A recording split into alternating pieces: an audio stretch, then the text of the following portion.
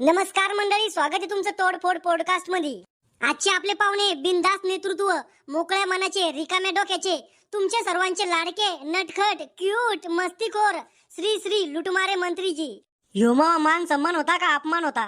काही चुकला असेल तर माया पायातली काढा, तुमच्या तोंडात मारा. अरे काय बोल राहिलं हे शंगुळ? साहेब थोडंफार सहन करा. निवडणुका तोंडावर आल्या. इंटरव्ह्यू द्यासान तर जनतेचं नजर द्यासान. जास्त मतदान पडेल आपल्याला. विचारा काय विचारायचं आहे तर. मंत्रीजी, कार्यकर्त्याला तुम्ही काय समजता?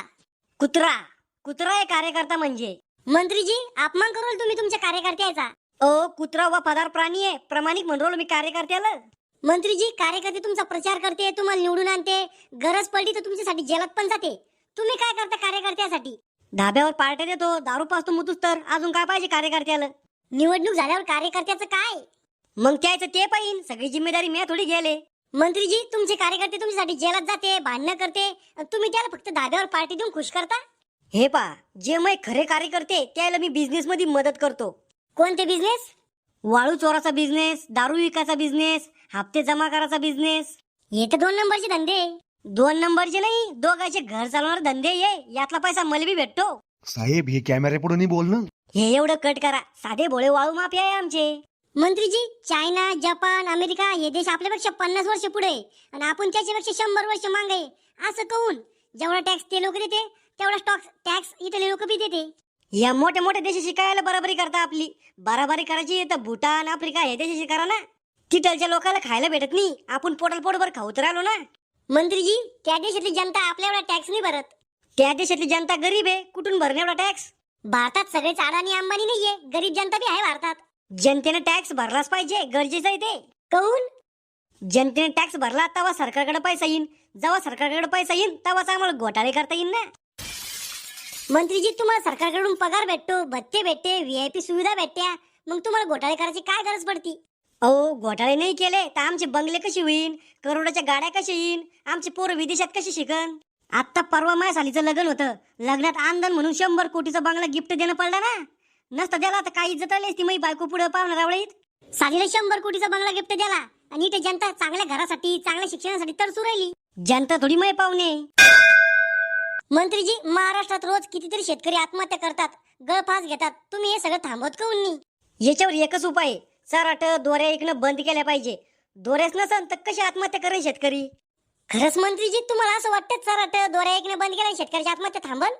जर पराती वाजवल्यानं कोरोना जाऊ शकतो तर दोऱ्या ऐकणं बंद केल्यानं आत्महत्या बी थांबू शकते ना. मंत्रीजी, तुमच्याकडे फोन कोणता आहे? iPhone 17 Pro Max 2TB 12GB RAM. त्याची किंमत किती आहे? 2,30,000 असं काही आहे वाटतं. तुम्ही तो 30,000 काऊन नाही घेतला? त्याची किंमत ठरवायचा अधिकार मला थोडी आहे. आयफोन कंपनीचा माल त्याची किंमत ठरवू शकतो. म्हणजे एक अशी वस्तू जी नसली तरी माणूस जगू शकतो, पण तिची किंमत कंपनीचा माल ठरवतो. पण अन्न ही अशी गोष्ट आहे जिच्याशिवाय माणूस जगू शकत नाही, पण त्या अन्नाची किंमत शेतकरी ठरवू शकत नाही. इतकं सोपं राहते सगळं. जर रातोरात नोटबंदी होऊ शकते तर रातोरात शेतकऱ्याच्या मालाला भाव बी भेटू शकतो ना. हे पा, सरकार दुसऱ्या देशातून बोलवलेलं अन्नधान्य स्वस्त पडतं म्हणून भारतातल्या शेतकऱ्याला पाहिजे तो भाव भेटत नाही. जर अन्नधान्य दुसऱ्या देशातून बोलवता मग मतदान बी दुसऱ्या देशातल्या लोकांना मागा ना. हे काय बोल राहिला तू? सॉरी, जरा जास्तच खरं निघलं होतं. मंत्रीजी, तुमचे पोरं कुठेही शिकालं? International school Europe. भारतात काऊन नाही? त्याला सरकारी नोकरदार थोडी बनवायचं आहे, बिझनेसमॅन बनवून त्याला. मंत्रीजी, भारतातल्या सरकारी शाळा बंद पडू राहिल्या, खाजगी शाळा जास्त चालू राहिल्या, असं काऊन? खाजगी शाळात जास्त सुविधा भेटू राहिल्या, कॅम्प्युटरवर शिक्षण आहे, शिक्षकाला शिकवायला LED स्क्रीन आहे, अजून भरपूर सुविधा आहे खाजगी शाळात. मग या सुविधा सरकारी शाळेत काऊन नाही? पैसा नाही ना सरकारकडे एवढा. आजच्या स्थितीत सरकारी शाळेत सुविधा नाही, सरकारी दवाखान्यात सुविधा नाही, मग जनतेचा टॅक्सचा पैसा जाऊ कुठं राहिला? आमच्या खात्यात जमा होऊ राहिला. साहेब हे नाही बोलायचं इथं. कट करा हे एवढं. मंत्रीजी, आपल्या रस्त्यात खड्डे आहे का खड्ड्यात रस्ते हे समजत नाही. खड्डे नाही, ते स्पीड ब्रेकर आहे, ते लोक जास्त गाडी पळू नये म्हणून बनवेले. मंत्रीजी, आपल्या शहराचा रस्ता एकाच वर्षात खराब झाला तरी ज्या ठेकेदाराने हे खराब काम केलं त्याला सजा द्यायची सोडून तुम्ही त्याच ठेकेदाराला त्याच असंच काम पुन्हा करून दिलं. अहो, तो ठेकेदार साला आहे मावा, साल्याला काम देणार नाही तर घरात बायको जगू देणार नाही. म्हणजे साल्यासाठी जनतेत साल्ट गाडा. माया साल्याला रोड मध्ये स्पेस टेक्नॉलॉजीचा वापर करेल, लोकांच्या गाड्या चालवते, मग खराबच होईल ना रोड. रोडवर गाड्याने चालणार तर काय चालायला पाहिजे? स्पेस टेक्नॉलॉजीचा वापर होईल तर रॉकेट चालवणार तुम्ही रोडवर, तेव्हा रोड खराब होणार नाही. मंत्रीजी, एखादं रॉकेट तुमच्यावर बी सोडलं पाहिजे. मंत्रीजी, तुम्ही निवडणुकीच्या लई मोठे मोठे आश्वासन दिलते की कोणीच गरीब राहणार नाही, शेतकऱ्याचे दिवस येईन, मुली सुरक्षित राहीन, महागाई कमी होईल, दवाखान्याचा खर्च कमी होईल. पण तुम्ही यातलं काहीच करू राहिली नाही. या आश्वासनावर मी निवडून आलोच नाही ना. मग कशी निवडून आले तुम्ही? पैसे देऊन. म्हणजे पैसे वाटले मी एका मतदानाचे 500 रुपये. पण हे तर चुकीचं आहे ना. मला बी समजलं होते चुकीचं आहे, म्हणून मी जाती जाती दंगे लावले आणि धर्माच्या नावावर निवडून आलो. ह्यो तर गुन्हा आहे. गुन्हेगारच राजकारणात टिकतो बेटा. मंत्रीजी तुमचं शिक्षण किती व्हायले? कोणती डिग्री होती माझ्याकडे? BSc final. तुम्हाला तुमची डिग्री माहित नाही? एवढं कोण ध्यानात ठेवतं? इकत गेले मी ती. साहेब यांनी सांगायचं. कट कराय साधा भोळा स्वभाव आहे मावा, कधी कधी जास्तच खरं बोलून देतो. मंत्री महोदय तुम्ही तरुण पोरासाठी काय केलं? मी काय करू त्याच्यासाठी? त्यानं काही केलं पाहिजे माझ्यासाठी? तुमच्यासाठी काय केलं पाहिजे त्यानं? दंगे केले पाहिजे, विरोधी पार्टीचं नाव बदनाम केलं पाहिजे, माझ्यासाठी केस अंगावर घेतल्या पाहिजे, मला बाप समजलं पाहिजे, माझ्या पोराला युवा नेता समजलं पाहिजे. हे सगळं सोडून ते रिकामे कामं करू राहिले, शाळा शिकू राहिले. अरे शाळा शिकून कोणाचं भलं झालं म्हणून यायचं होणार आहे? तुमचं म्हणणं आहे तरुण पोरांनी तुमचं गुलाम बनलं पाहिजे, तुमचे पाय धुवून पाणी पिलं पाहिजे. हा तुम्ही तरुणाला नोकऱ्या कोणी देऊ राहिले? यायला नोकरी दिल्या तर यायच्या हातात जास्त पैसा येईन, मग हे सगळा पैसा दारू सिगरेट मध्ये उडवण म्हणून नोकरी देऊ राहिलो आम्ही. सगळे पोरं तुमच्या पोरावानी नाही राहत. खरं कारण आहे यायला नोकरी दिल्या तर आमचा प्रचार कोण करण? मंत्रीजी tell me what is the value of a common man in this country? Yes yes. What yes? May I coming sir? I love you XXX.com. Wine magic movement. हे काय बोलू राहिले साहेब?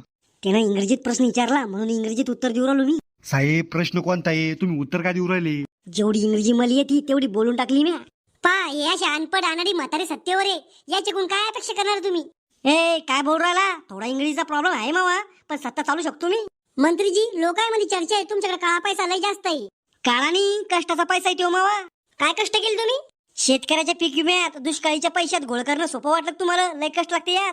मंत्रीजी तुम्हाला नाही वाटत का जी जनता तुम्हाला निवडून देते तुम्ही तिचीच खोलून मारता म्हणून? सगळं जर जनतासाठी करीन तर माझ्या 7 पिढ्यासाठी कधी कमी येईल? हेच 5 वर्ष आहे कमवायचे. मंत्रीजी तुमच्यासाठी इलेक्शन जिंकणं म्हणजे काय? इलेक्शन जिंकणं म्हणजे 5 वर्ष घोटाळे करायला मोकळं, पाहुण्या गावातल्या पोराला नोकरी लावून देणं, जवायला टेंडर देणं, सगळ्या खानदाराला मालदार करणं. इलेक्शन जिंकणं म्हणजे पैसे छापाची मशीन हातात येणं. म्हणजे तुम्ही जनतेसाठी काहीच करत नाही? करतो ना. बयाला 100 वाल्या साड्या वाटतो, माणसाला बिड्या वाटतो, पोराला पुड्या वाटतो, पुरीला चुड्या वाटतो आणि सोशल मीडियावर फोटो काढून टाकतो. मंत्रीजी काही महत्वाची कामं करेल का तुम्ही? करेल ना. गावोगावी व्यायामशाळा, सभामंडप, विहीर, घरकुल या कामाचे उद्घाटन करून ठेवले मी. नुसते उद्घाटन करून ठेवले? काम कधी करणार आहे? पुढच्या बारचीने निवडून आल्यावर. आता का उन्नी? आता सगळे काम केले तर पुढच्या निवडणुकीत लोक मतदान करण का? आश्वासन काय देऊ मी लोकायला? मंत्रीजी आपल्या देशात रोज मुलीवर रेप होतात, पण हे कृत्य करायला राक्षसावर काहीच कारवाई का होत नाही? पुरीला लहान कपडे घालन, अंग प्रदर्शन करण तर हे कृत्य होईनच ना. 5 वर्षाच्या 6 वर्षाच्या मुलीचा बलात्कार उरायला त्या का अंग प्रदर्शन करत होत्या का? त्याने अजून हे जग सुद्धा पाहिलं नव्हतं. या अपराधाला सजा देऊ ना आम्ही. कधी कितीतरी मोर्चे निघते, जनता आक्रोश करते, पण सजा काही भेटत नाही. आणि अपराधी जर एखाद्या नेत्याचा जवळचा असन किंवा पैशावाला असन तर 2 दिवसात तो बाहेर येतो, पण त्याला सजा काही होत नाही. आम्ही प्रत्येकाला न्याय द्यायचा प्रयत्न करतो. रातोरात फाशी काऊन नाही देते आरोपीला? एवढ्या फास्ट सजा नाही देता येत. जर रातोरात सत्ता पलटू शकते, रातोरात नोटबंदी होऊ शकते, मग बलात्काराला रातोरात सजा काऊन नहीं देता येत? अब वक्त बैठे चुपचाप, क्या घंटे का इंसाफ, देश कैसे होगा साफ, इनकी नीयत में है दाग, सिर्फ करते रहेंगे बात, अलग शक्ल वही जात, वोट मिलने पर ये खास झुकाए पूरे साल। हाँ मेरा भाई ये जो नोटों की सरकार है ना, नोट से बनाते अपने बेटों को ये शार है ना, कितने बेकार क्यों ये आपस में झंकार है ना, बाकी पूरा देश डूबे इनकी नैया।